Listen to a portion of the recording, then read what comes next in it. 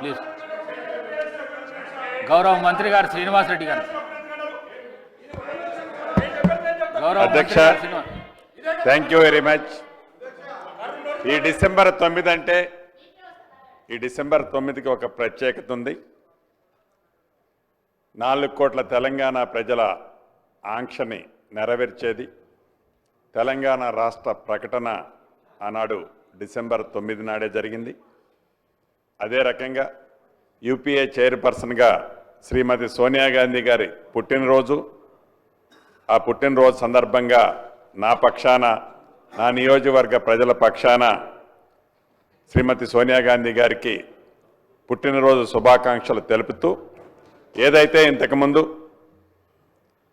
గౌరవ ముఖ్యమంత్రి గారు తెలంగాణ తల్లి ప్రతిరూపం, తెలంగాణ అమ్మల ఉట్టిపడేలా కనిపించే విగ్రహాన్ని రాష్ట్ర ప్రభుత్వం అధికారికంగా ఈరోజు ప్రకటిస్తూ దాన్ని సెక్రటేరియట్లో ఇప్పుడు ఈరోజు సాయంత్రం 6:05 ప్రతిష్ఠించడం మనస్ఫూర్తిగా శుభసూచకం.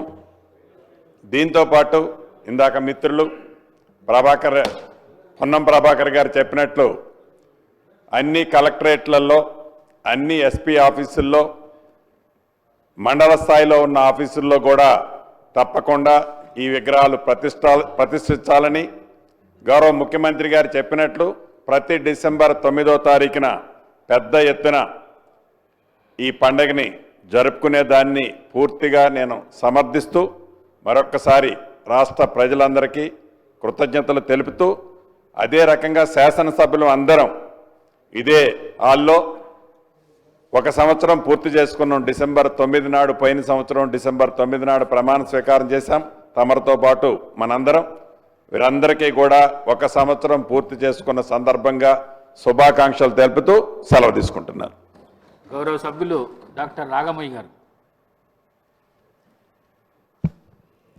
ధన్యవాదాలు అధ్యక్ష. ఈరోజు నాతో పాటు నూతనంగా ఎన్నికైన శాసనసభ్యులు ఎంతోమంది ఉన్నాము. వారందరికీ కూడా జీవితంలో మర్చిపోలేని రోజు. గత సంవత్సరం ఇదే రోజున మేము మొట్టమొదటిసారిగా అసెంబ్లీలోకి అడుగుపెట్టి ప్రమాణ స్వీకారం చేయడం జరిగింది.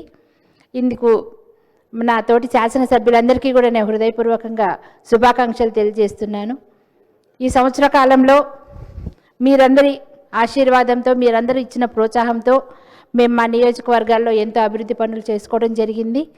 అలాగే ఈరోజు ఇంకా ముఖ్యంగా చూస్తే 9 డిసెంబర్ 2009 మన సోనియమ్మ గారు ఆ రోజు యావత్ తెలంగాణ రాష్ట్ర ప్రజల ఆకాంక్షల మేరకు వారి ఆత్మ బలిదానాలకు చెల్లించి వారికి తెలంగాణ రాష్ట్రం, ప్రత్యేక రాష్ట్రం ఇవ్వాలి అని దాని ద్వారా రాష్ట్రానికి, మన పార్టీకి ఉభయ రాష్ట్రాల్లో ఎంత నష్టం వాటిల్లుతుంది అని కూడా తెలిసినా కూడా ఇచ్చిన మాట ప్రకారం వెనుకంజ వేయకుండా ఆ రోజు ప్రత్యేక తెలంగాణ రాష్ట్రం ఇస్తామని ప్రకటించడం జరిగింది.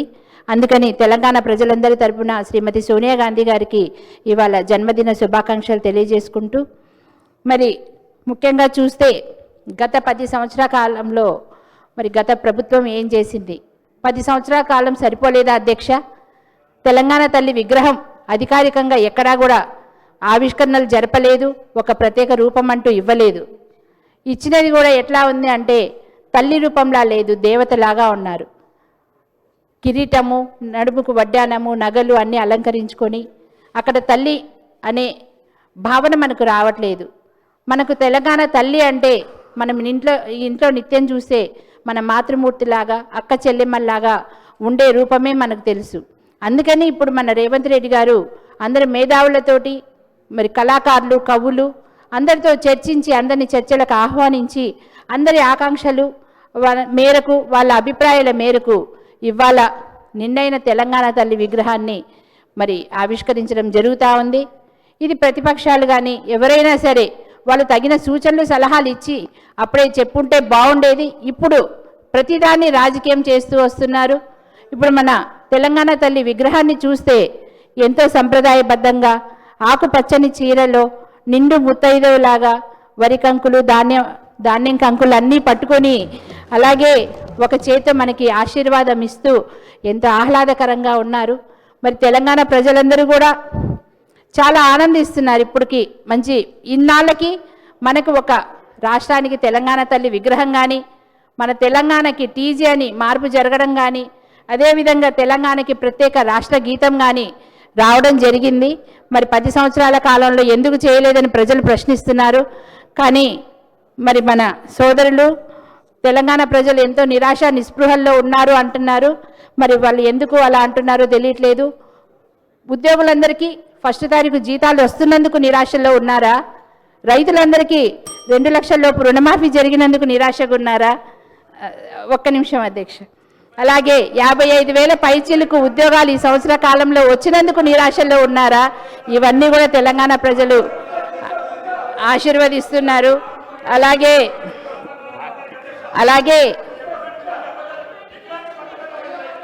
వాళ్ళు మాట్లాడుతున్నప్పుడు మాత్రం అధ్యక్ష, ఎదుటి వాళ్ళు మాట్లాడుతున్నప్పుడు అవమానకరంగా కూర్చో అని మాట్లాడము ఇవన్నీ కూడా సభ్యత అనిపించుకోదు అధ్యక్ష. వాళ్ళు మాట్లాడినప్పుడు మనం వింటున్నాం అధ్యక్ష, మేము మాట్లాడుతున్నప్పుడు వాళ్ళు కూడా వినాలి. ఎందుకంటే మేము కూడా మొట్టమొదటిసారి ఎన్నికైన సభ్యులమే అధ్యక్ష. మా భావాలు కూడా మేము మాట్లాడుకోవడానికి మీరు అవకాశం ఇవ్వాలి. మధ్యలో మీరు డిస్టర్బ్ చేయకూడదని మేము వేడుకుంటున్నాము, రిక్వెస్ట్ చేస్తున్నాము.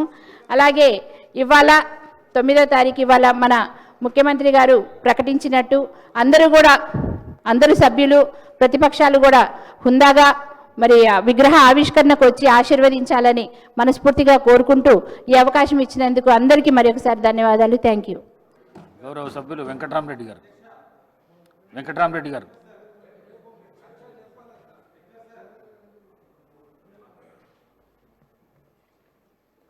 గౌరవ అధ్యక్షులకు, ఇక్కడున్న సహచర సభ్యులందరికీ కూడా నేను సభలోకి వచ్చిన తర్వాత శాసనసభ వ్యవహారాల శాఖ మంత్రి గారిది చైర్లో కూర్చుండి నిరసన తెలిపిన. ప్రోటోకాల్ వయలేషన్ అవుతుంది అని చెప్పి పక్కనున్న పెద్ద సీనియర్ మోస్ట్ నాయకులు తుమ్మల నాగేశ్వరరావు గారు కూడా అన్నారు.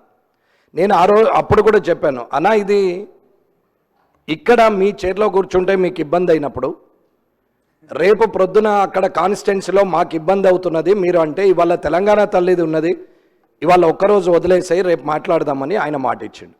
సరే మాట ఇచ్చి రేపటి వరకు కాదు అవకాశం ఇవ్వాలి అని చెప్పాము.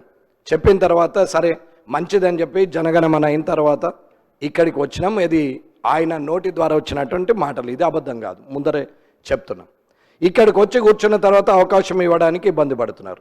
సరే ఇవాళ తెలంగాణ తల్లి విషయం మాట్లాడుతున్నారు కాబట్టి దాని మీద నేను రాజకీయం చేయడం కానీ అవాకులు చవకులు పేలడం కానీ అనవసరమైన పనులు మాట్లాడడం కానీ నాకు అవసరం లేదు. ఎందుకంటే ప్రజల మంచి చెడ్ల గురించి ఆలోచించే వ్యక్తిగా, ఒక మంచి లెజిస్లేటివ్ అసెంబ్లీ మెంబర్గా ఫ్యూచర్లో జనానికి కూడా ఒక మార్గదర్శకంగా ఉండాలని వచ్చినమే తప్ప కొత్తగా కాదు, తెలియక కాదు, మాకేమీ అనుభవం లేక కాదు. 25 ఏళ్ళు రాజకీయ అనుభవం ఉంది. ఓడిపోవచ్చు, గెలవకపోవచ్చు, రాకపోవచ్చు, కానీ అనుభవం లేని వ్యక్తిని అయితే కాదు. కానీ ఇక్కడికి వచ్చినాక శాసనసభ వ్యవహారాల శాఖ మంత్రి గారు సమయం ఇవ్వలేదు, మీకు చెప్పలేదు, మీరు నాకు అవకాశం ఇవ్వట్లేదు. సరే నేను అడిగేది సూటిగా అధ్యక్ష, రేపు అన్నా నేను అనేది రేపు నాకు ఈ ప్రోటోకాల్ విషయంలో కానీ వయలేషన్ విషయంలో కానీ మంత్రులు చేస్తున్నటువంటి పనుల విషయంలో కానీ నేనెవరిని నిందించడానికి మాట్లాడలేదు. నాకు ఎమ్మెల్యే అనే పదానికి జరుగుతున్న అవమానం గురించి మాట్లాడుతున్నాం. ఇలా వెంకటరమణారెడ్డి ఉంటాడు, రేపు వెంకటయ్య ఉంటాడు, అదేం పెద్ద పర్మనెంట్ కాదు.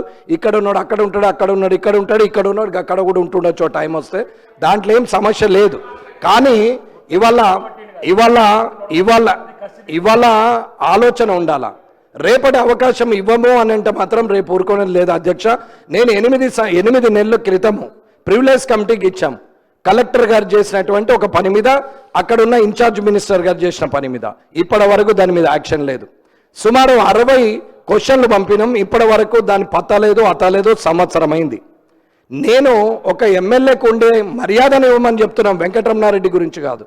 ఇది మీరు ఆలోచించి రేపు నిర్ణయం తీసుకోవాలా. రేపు మళ్ళీ నేర్చుకోండి, కొత్తగా అది ఇది అని అంటే ఊరుకునేది అయితే ఏమీ లేదు అధ్యక్ష. మీరు దయచేసి సహకరించాలా, ఎట్టి పరిస్థితుల్లో రేపు చర్చ జరగాలని కోరుకుంటున్నాను. గౌరవ సభ్యులు చొప్పదండి సత్యం గారు.